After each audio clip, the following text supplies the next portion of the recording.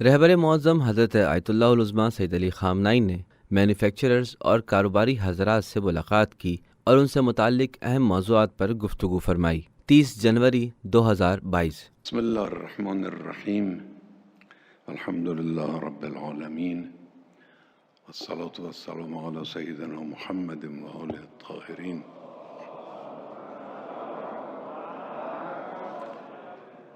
لعنت اللہ علی اعدائهم اجمعین۔ خیلی خوش آمدید برادران عزیز، خواهران عزیز۔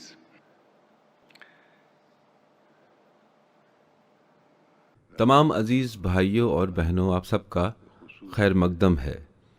میں اس نشست میں موجود محترم عہدیداران، نائب صدر جناب مخبر صاحب اور وزراء نیز صدر کے معاونین سے خاص طور پر تاکید کرتا ہوں کہ ان دوستوں کے بیانوں میں جو نکات موجود ہیں، جن بھائیوں نے بات کی اور جس محترم بہن نے تقریر کی، ان کے نکات پر خاص توجہ دیں۔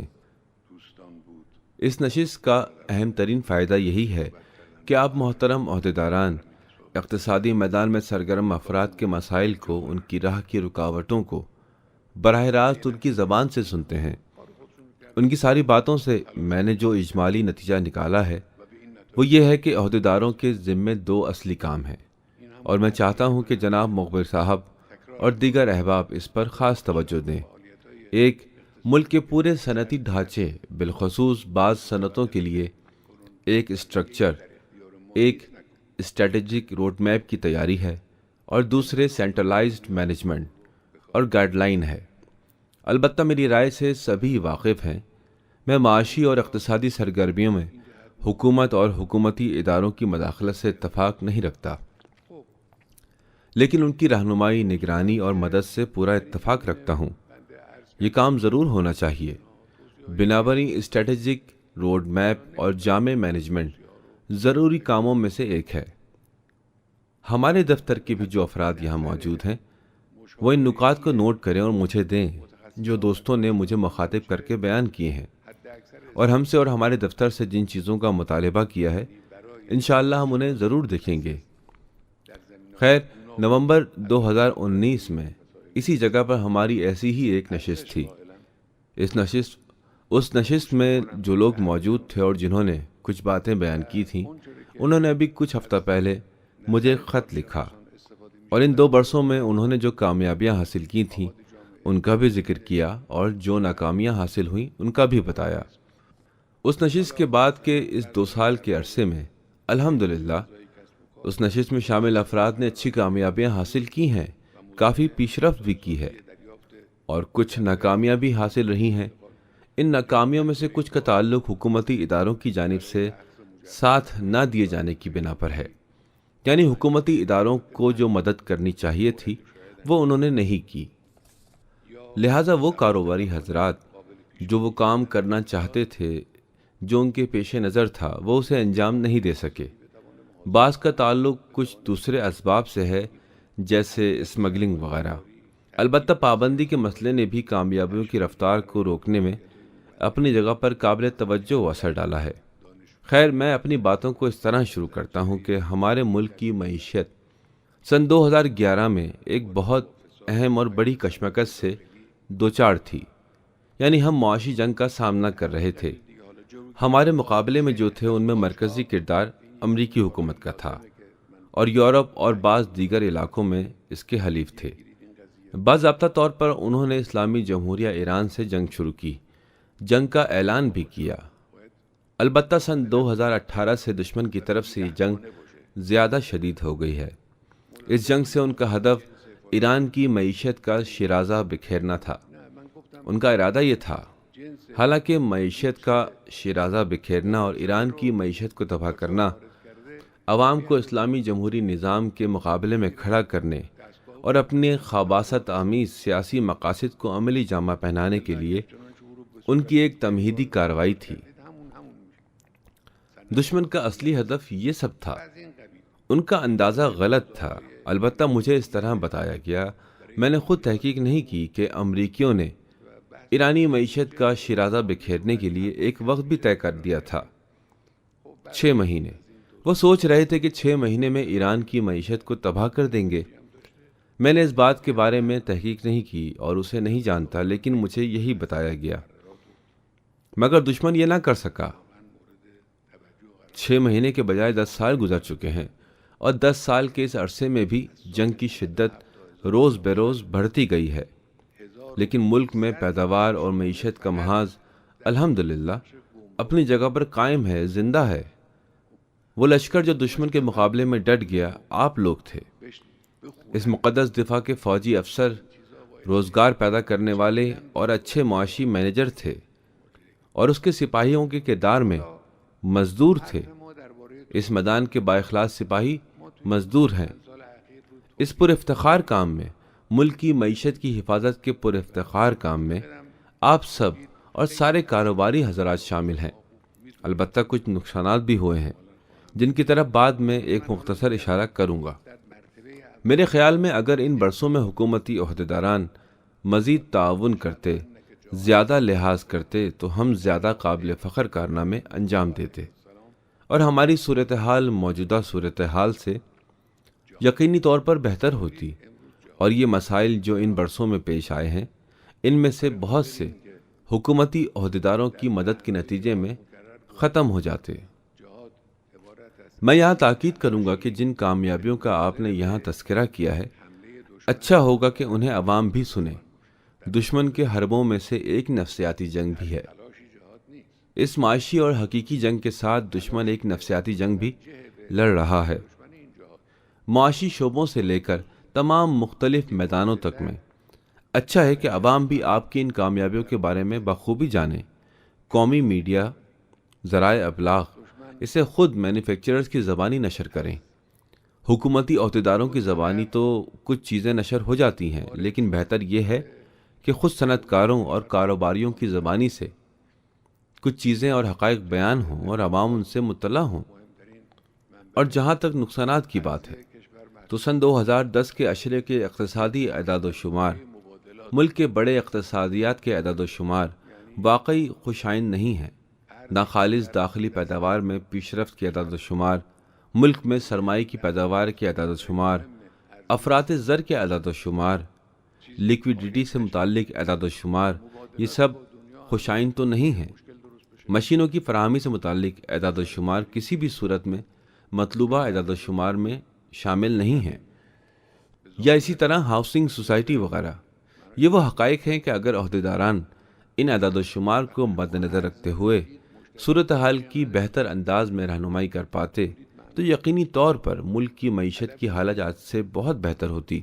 ان حقائق کے اثرات عوام کی زندگی میں سامنے آئے ہیں۔ یہ جو ہم عوام کی معیشت کے بارے میں تشویش کا اظہار کرتے ہیں، وہ انہی چیزوں کی وجہ سے ہے۔ ان مشکلات کا سبب صرف پابندی نہیں ہے۔ ہاں، بلا شبہ پابندیاں مؤثر رہی ہیں، لیکن صرف پابندی نہیں، اس کا بڑا حصہ بعض غلط فیصلے یا ناقص کارکردگی وغیرہ سے متعلق ہے، اور اسے روکا جا سکتا ہے۔ تمام صاحب رائے افراد کے بقول، چاہے وہ ملکی صاحب رائے ہوں یا غیر ملکی معاشی ماہرین، ہمارا ملک بڑی اقتصادی گنجائش کا حامل ہے۔ مطلب یہ کہ اقتصادی لحاظ سے آج ہماری جو صورتحال ہے، اس سے کئی گنا بہتر ہو سکتی ہے۔ سارے وسائل پائے جاتے ہیں، ہمارے پاس بہت زیادہ سرمایہ اور ذخائر ہیں، بے تحاشا گنجائش ہے کہ جن سے کارآمد، محنتی اور ہمدرد ڈائریکٹروں کو استفادہ کرنا چاہیے۔ اقتصادیات میں کامیابی کی مثالیں بھی ہیں۔ آپ ہی لوگ جن لوگوں نے تقریریں کی، یہ کامیاب مثالیں ہی تو ہیں۔ ان لوگوں نے ملک کی ان ہی گنجائشوں سے استفادہ کیا۔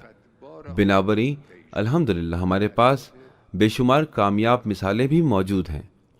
اور وہ کارپوریٹس جو پابندیوں کے خاتمے کے منتظر نہیں رہے، آپ اپنی باتوں میں جن نکات سے استفادہ کر سکتے تھے، حالانکہ خود انہوں نے کھل کر نہیں کہا ہے، لیکن حقیقت یہ ہے کہ ان میں سے کسی نے بھی ترقی و پیش رفت کے لیے اس بات کا انتظار نہیں کیا کہ پابندیاں ہٹا لی جائیں یا فلاں جگہ ہونے والے مذاکرات کسی نتیجے تک پہنچ جائیں۔ انہوں نے اپنا کام کیا، اپنی کوشش کی، اور ان اچھے نتائج تک پہنچے بھی۔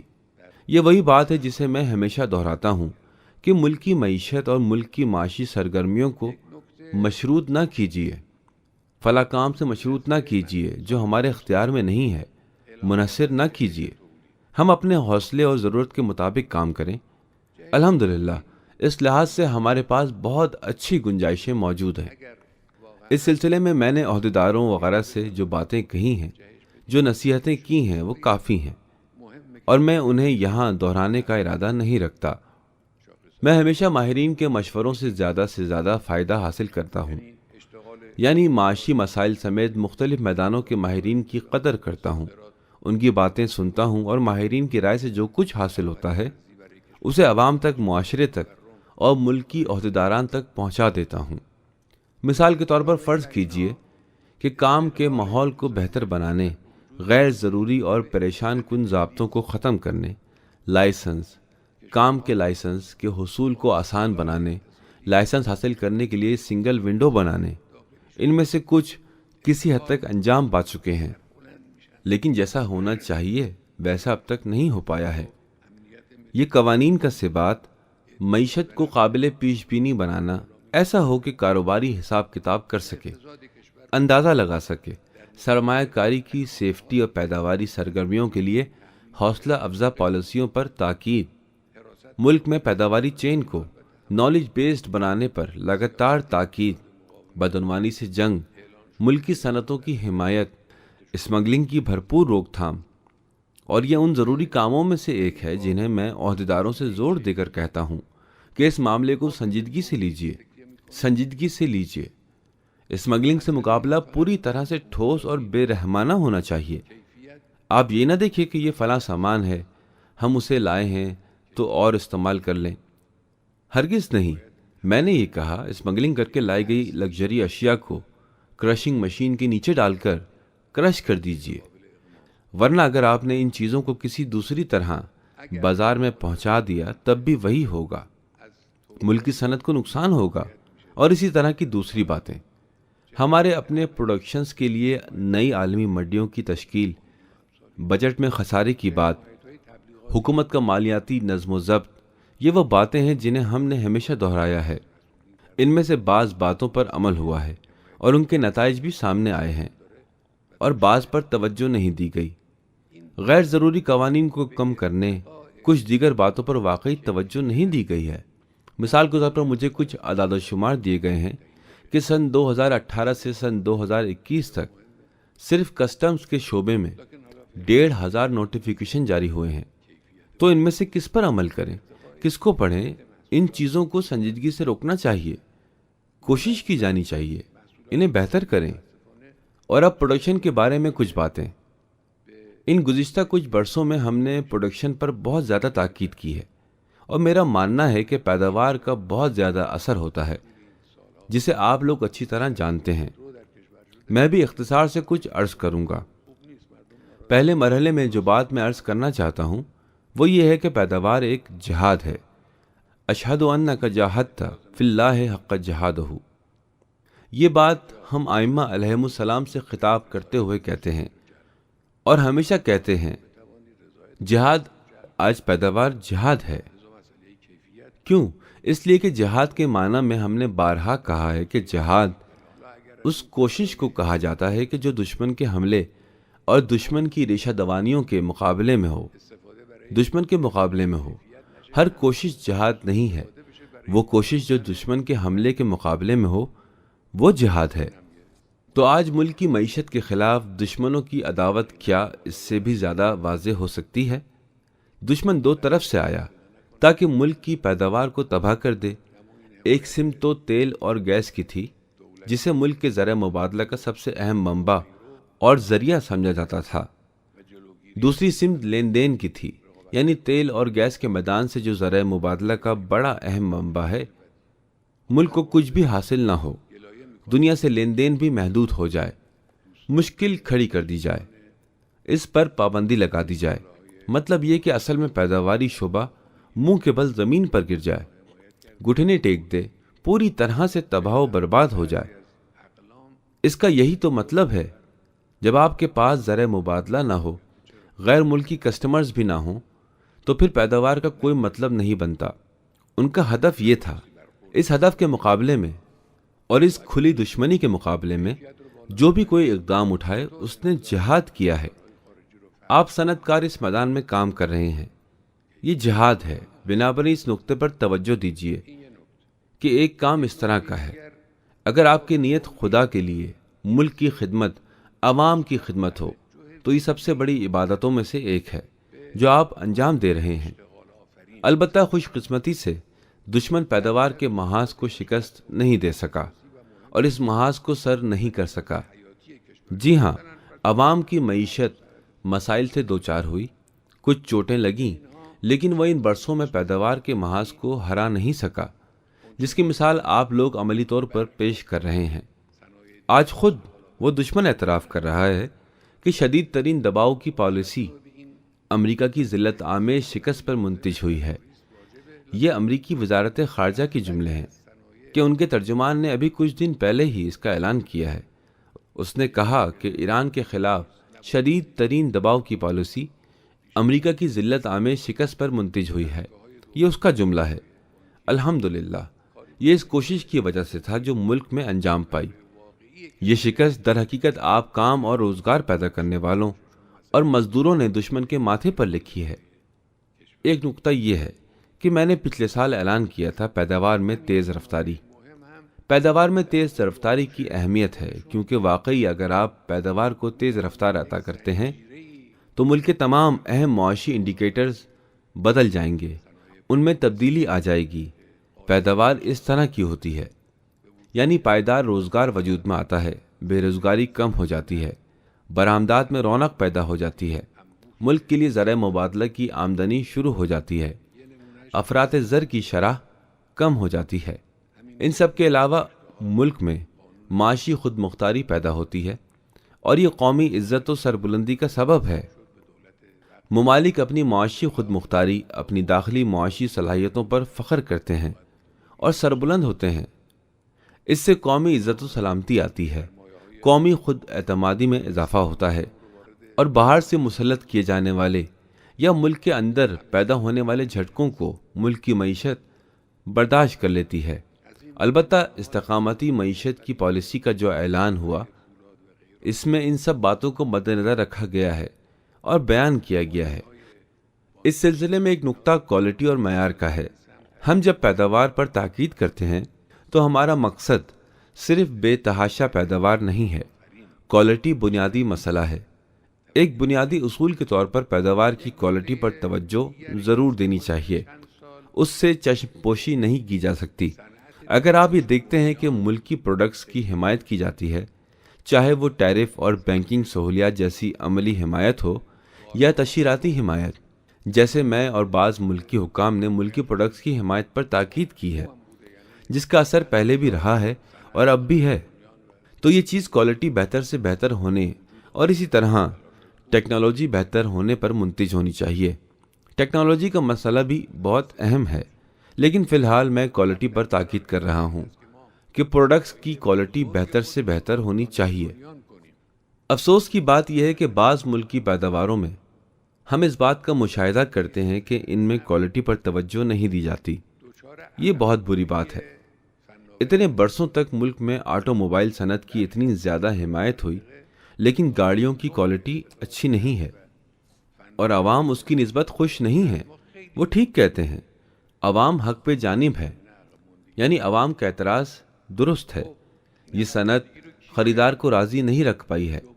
آپ کو خریدار کو خوش رکھنا ہوگا، اس لیے کوالٹی کا مسئلہ پہلے درجے کا مسئلہ ہے۔ اگر حمایت کے اس ماحول سے کوالٹی بہتر بنانے کے لیے بھی استفادہ نہ کیا جائے اور قیمت بڑھانے کے لیے غلط فائدہ بھی اٹھایا جائے تو یہ ایک دوسری مشکل ہے۔ قیمت بڑھا دیں اور کوالٹی بہتر نہ ہو، لیکن حکومتی، تشہیراتی اور بینکوں وغیرہ کی مدد اور غیر ملکی سامانوں پر پابندی کے سبب قیمتیں بڑھائی جائیں، یہ بہت غلط بات ہے۔ مجھے ان دوستوں سے شکوہ ہے جو گھریلو سامان تیار کرنے والے ہیں۔ ہم نے ان کی حمایت کی، ان کا نام بھی لیا۔ میں نے سنا ہے کہ بعض سامانوں کی قیمت 2 برابر ہو گئی ہے۔ کیوں؟ مدد اور حمایت کا صلہ اس طرح نہیں دیا جانا چاہیے۔ اگر ہم کوالٹی بہتر نہیں بنائیں گے تو کیسے توقع رکھ سکتے ہیں کہ غیر ملکی منڈیوں کو فتح کر لیں گے؟ کوالٹی بہت زیادہ مؤثر ہے۔ یہ نقطہ ہے۔ پیداوار اور پروڈکشن کے سلسلے میں ایک دوسرا نقطہ یہ ہے کہ ملک کو روزگار پیدا کرنے پر خاص توجہ دینی چاہیے۔ ملک کے بعض پروڈکٹس بنیادی اور اہم اور ملک کی حیاتیاتی ضرورت کے پروڈکٹس ہیں، جیسے فرض کیجئے کہ تیل کی صنعت، فولاد وغیرہ کی صنعت، لیکن روزگار پیدا کرنے کے معاملے میں یہ بعض دیگر صنعتوں کی طرح نہیں ہے۔ دیکھیے، ان بنیادی صنعتوں پر توجہ دینا لازمی ہے، ضروری ہے، واجب ہے، لیکن روزگار پیدا کرنے والی صنعتوں کی طرف سے غفلت ایک بڑی مشکل ہے۔ ایسا نہیں ہونا چاہیے۔ حکومتی اداروں اور بینکوں کو ایسا کام کرنا چاہیے کہ پیداوار صحیح معنی میں روزگار پیدا کرنے کی سمت میں آگے بڑھے، کیونکہ روزگار کا مسئلہ ملک کے لیے ایک حیاتی مسئلہ ہے، اور یہ اہم صنعتیں بھی اپنے ارد گرد روزگار پیدا کرنے والی صنعتوں کی ایک چین تیار کر سکتی ہیں۔ مثال کے طور پر تیل کی صنعت کے ذیل میں بہت ساری صنعتیں موجود ہیں، جن کا ایک نمونہ پیٹرو ریفائنریز ہیں، جس کا قانون پارلیمنٹ میں سن 2019 میں پاس ہوا اور اس وقت کی حکومت کے حوالے بھی کر دیا گیا، لیکن افسوس کہ اس پر کام نہیں ہوا۔ اس پر کام کیا جانا چاہیے۔ یہ صنعتیں عوام کے متوسط سرمایوں کو بھی روزگار کے میدان میں لاتی ہیں، روزگار بھی پیدا کرتی ہیں۔ فولاد کی صنعت جیسی بعض دیگر صنعتوں میں بھی اس قسم کے نمونے موجود ہیں۔ بینکنگ سہولیات کو اس سمت میں آگے بڑھنا چاہیے کہ روزگار پیدا کرنے والی صنعتوں پر زیادہ توجہ دی جائے۔ ایک اور دوسرا نقطہ یہ ہے کہ ہم نے کچھ برسوں سے نالج بیسڈ کمپنیوں پر بہت زیادہ تاکید کی ہے، کئی بار دہرایا ہے، بیان کیا، حمایت کی ہے، اور یہ بہت اچھا بھی رہا ہے۔ یعنی کئی ہزار نالج بیسڈ کمپنیاں وجود میں آ گئی ہیں، اور اس سلسلے میں اچھی کوششیں بھی جاری ہیں۔ چھوٹی اور متوسط یونٹس وجود میں آئی ہیں، لیکن جو چیز غفلت کا شکار ہوئی ہے وہ یہ ہے کہ ہم اپنی بڑی صنعتوں کو نالج بیسڈ کریں۔ تیل کی صنعت کو نالج بیسڈ ہونا چاہیے۔ تیل کی صنعت کے میدان میں ہم ٹیکنالوجی میں عقب ماندی کا شکار ہیں۔ خطے کے بعض ممالک تیل نکالنے اور سلسلے میں استعمال ہونے والی ٹیکنالوجی کے معاملے میں ہم سے کافی آگے ہیں۔ اس فیلڈ میں ہم عقب ماندگی کا شکار ہیں۔ تو اس عقب ماندگی کی تلافی کون کرے گا؟ کس سے مدد حاصل کی جائے؟ کیا ضروری ہے کہ ایک غیر ملکی کمپنی ہمارے لیے ٹیکنالوجی لائے؟ نہیں، میں اسے نہیں مانتا۔ آپ دیکھ ہی رہے ہیں کہ غیر ملکی کمپنیاں کس طرح کام کرتی ہیں۔ وہ آتی ہی نہیں ہیں، اور اگر آتی بھی ہیں تو امانت داری کے ساتھ کام نہیں کرتی، یا آتی ہیں تو کسی بہانے سے کام کو بیچ میں ہی چھوڑ دیتی ہیں، یا آتی ہیں لیکن غلط فائدہ اٹھاتی ہیں۔ یہیں پر یہ بات بھی واضح کر دوں کہ میں غیر ملکی کمپنی کے آنے کا سرے سے مخالف نہیں ہوں، لیکن ہمیں انتخاب کرنا چاہیے۔ میرا ماننا یہ ہے کہ کارآمد داخلی یونٹس ہمارے لیے یہ کام کر سکتے ہیں۔ میرا ماننا یہ ہے، میرے خیال میں مثال کے طور پر اگر تیل کی صنعت کے عہدیداران جوانوں سے درخواست کریں، ان کی رائے معلوم کریں، انہیں جو مدد چاہیے اسے ہمارے پڑھے لکھے سائنٹسٹ، باصلاحیت اور کام کا جذبہ رکھنے والے جوانوں کو بتائیں، تو یقینی طور پر وہ بہت ساری مشکلات کو دور کر سکتے ہیں، اور اس بات کے کئی نمونے ہم قریب سے دیکھ بھی چکے ہیں۔ مثال کے طور پر نوجوانوں کا ایک وہ گروہ میرے پاس آیا اور کہنے لگا کہ ہم تیل کے شعبے میں فلاں فلاں کام کر سکتے ہیں۔ ہم نے انہیں وزارت پیٹرولیم سے ملوا دیا۔ 1-2 سال پہلے کی بات ہے، کورونا سے پہلے کی۔ ان لوگوں نے اہم کام انجام دیے، اور اس وقت کی وزارت پیٹرولیم کے عہدیداروں نے شکریہ ادا کیا اور کہا کہ ان لوگوں نے ہمارے لیے بڑے بڑے کام انجام دیے ہیں۔ یہ نہیں سوچنا چاہیے کہ ہماری مختلف صنعتوں میں، جیسے اسی تیل کی صنعت میں، ٹیکنالوجی کو بہتر بنانے کا کام صرف غیر ملکی کمپنیوں کے ذریعے ہی انجام پا سکتا ہے۔ نہیں، نوجوان سائنسدانوں سے کام کہیے، انہیں اپنی حمایت سے خوش رکھیے۔ آپ دیکھیں گے کہ وہ کام کر سکتے ہیں، وہ آپ کے لیے کام کے بہترین نتائج فراہم کریں گے۔ میرے خیال میں تو ایسا ہی ہے۔ جہاں کہیں بھی ہمارے جوانوں پر بھروسہ کیا گیا، ان سے کوئی کام چاہا گیا، واقعی انہوں نے زبردست طریقے سے انجام دیا ہے، واقعی زبردست کام کیا ہے تمام شعبوں میں، کورونا کی ویکسین سے لے کر درستگی سے نشانہ لگانے والے میزائل اور لانگ رینج میزائل تک۔ کورونا ویکسین کے معاملے میں انہوں نے سب سے اچھی ویکسین فراہم کی، میزائل کے معاملے میں بھی انہوں نے سب سے صحیح نشانہ لگانے والے میزائل، لانگ رینج میزائل تیار کیے۔ نینو صنعت میں وہ رینکنگ میں بالکل اوپر ہیں۔ اسٹیم سیل کے میدان میں جس وقت دنیا میں یہ کام کرنے والے ممالک بہت کم اور نادر تھے، ہمارے نوجوانوں نے اس اہم علم اور انتہائی اہم حیاتیاتی ٹیکنالوجی کے میدان میں اپنے آپ کو اگلی قطار میں پہنچانے میں کامیاب ہوئے۔ بائیو ٹیکنالوجی میں انہوں نے مجموعی طور پر نمایاں کام انجام دیے۔ ہمارے جوان کر سکتے ہیں، میرے خیال میں وہ کر سکتے ہیں۔ ہمیں ان صلاحیتوں کی قدر کرنی چاہیے اور ان سے کام کروانا چاہیے۔ وہ تیل نکالنے کے میدان میں اہم کام کیوں نہیں کر سکتے؟ کیوں؟ کر سکتے ہیں، یقیناً کر سکتے ہیں۔ اگر ان سے کام کرنے کو کہا جائے گا، ان کی مدد کی جائے گی، حمایت کی جائے گی، تو وہ کام ضرور کر سکتے ہیں۔ ایک اور دوسرا نقطہ جسے ہم پہلے بھی کئی بار بیان کر چکے ہیں، اس وقت بھی کہ جب محترم حکومتی عہدیداران یہاں موجود ہیں، ایک بار پھر تاکید سے کہتا ہوں کہ بینکنگ کریڈٹس کو پیداوار کی جانب موڑیے۔ اس کا بینکوں سے مطالبہ کیجیے، بینکوں کے لیے لازمی قرار دیجیے۔ ریزرو بینک اس سلسلے میں سنجیدگی سے کام کر سکتا ہے۔ ملک میں لیکوڈیٹی کی پیش رفت اور قومی ناخالص پیداوار کی پیش رفت کے درمیان فاصلہ بہت زیادہ ہے۔ کیوں کریڈٹس اس طرح استعمال ہوتے ہیں کہ بے تحاشا لیکوڈیٹی بڑھے اور ملک میں پیداوار کی پیش رفت میں اس کا کوئی رول نہ ہو؟ اس صورتحال کو بدلنا چاہیے۔ یہ حکومت کے محترم عہدیداروں کا کام ہے۔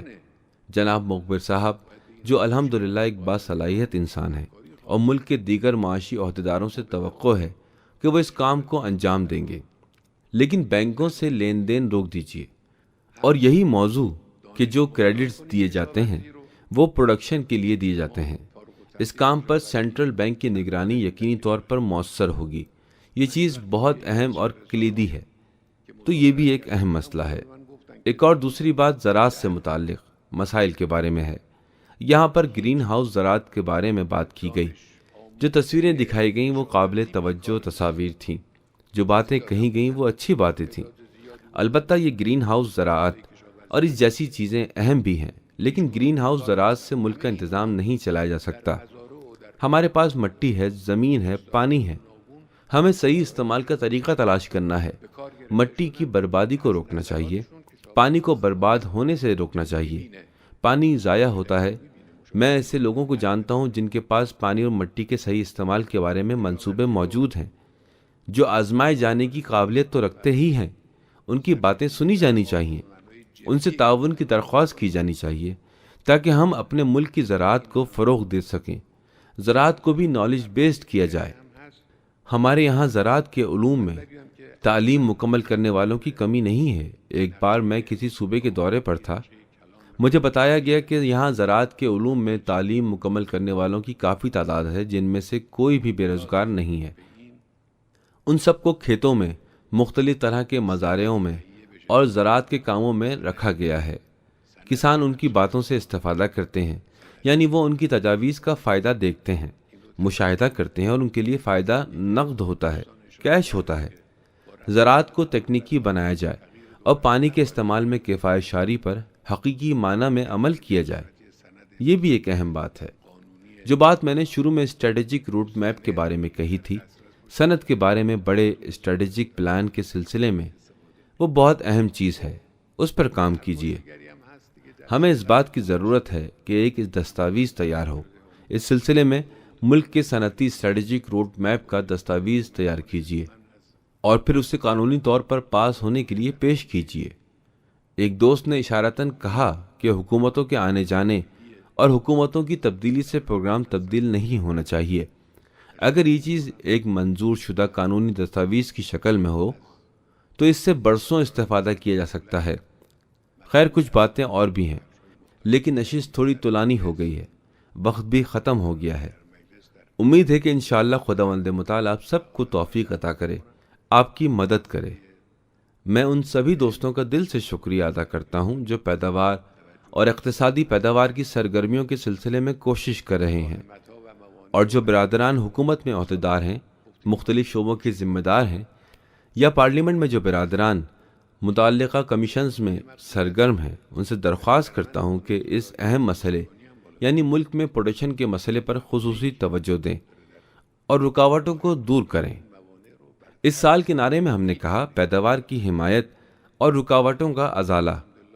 حمایت و پشت پناہی اپنی جگہ اہم ہی ہے، لیکن میری نظر میں رکاوٹوں کا ازالہ پشت پناہی سے بھی بڑھ کر ہے، یعنی پروڈکشن کی راہ میں جو رکاوٹیں ہیں انہیں برطرف کیجیے۔ آپ انہیں برطرف کر سکتے ہیں۔ الحمدللہ حکومتی عہدیدار کام کرتے ہیں، میں دیکھتا ہوں کہ واقعی وہ کما حق کوشش کرتے ہیں۔ ان تمام کوششوں کو جاری رکھیے اور انہیں معاشرے کے حقائق کے مطابق بنائیے۔ ان رکاوٹوں کو دور کیجیے، انشاءاللہ کچھ ہی عرصے بعد عوام کی روزمرہ کی زندگی میں اس کے اثرات نظر آنے لگیں گے۔ خداوند متعال سے آپ سب کے لیے توفیق کی دعا کرتا ہوں۔ امام خمینی کی پاکیزہ روح اور ہمارے عزیز شہداء کے لیے لطف و رحمت الہی طلب کرتا ہوں۔ ایران، ایرانی قوم اور ملک کی حکام کے لیے فیض الہی کی دعا کرتا ہوں۔ والسلام علیکم ورحمۃ اللہ وبرکاتہ۔